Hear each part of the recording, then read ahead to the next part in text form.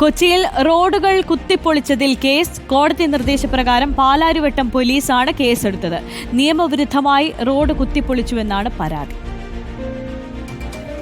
Pipe ലൈനുകളും gas ലൈനുകളും സ്ഥാപിക്കാൻ അനുമതിയില്ലാതെ നിയമവിരുദ്ധമായി റോഡ് പൊളിച്ചെന്ന കൊച്ചിയിലെ അഭിഭാഷകൻ മുഹമ്മദ് ഫിർദൌസിന്റെ ഹർജിയിൽ കേസെടുത്ത് അന്വേഷണം നടത്താൻ കോടതി നിർദ്ദേശിച്ചിരുന്നു. ഇതേ തുടർന്നാണ് പൊതുമുതൽ നശിപ്പിക്കൽ വകുപ്പടക്കം ചുമത്തി പാലാരിവട്ടം പോലീസ് കേസെടുത്തത്. തമ്മനം പുല്ലേപ്പടി റോഡ്, മഹാകവി Vyloppilli road, PJ Antony road എന്നിവിടങ്ങളിൽ നിയമവിരുദ്ധമായി കുത്തിപ്പൊളിച്ചുവെന്നാണ് ആക്ഷേപം. മികച്ച നിലവാരത്തിൽ നിർമ്മിച്ച റോഡുകൾ പ്രവൃത്തികൾക്കായി പൊളിച്ചതോടെ പലയിടങ്ങളിലും യാത്രാ ദുരിതം രൂക്ഷമാണ്. പൊതു ആവശ്യങ്ങൾക്കായുള്ള പ്രവൃത്തികൾക്ക് ഓരോന്നിനും പ്രത്യേക അനുമതി എന്ന നയമില്ലെന്നാണ് കോർപ്പറേഷന്റെ അനൌദ്യോഗിക വിശദീകരണം. എന്നാൽ പുനഃസ്ഥാപനം വൈകുന്നതും ഗുണമേന്മയില്ലാത്ത നവീകരണവും റോഡുകളുടെ നിലവാരം നശിപ്പിക്കുന്നതായും ആക്ഷേപമുണ്ട്.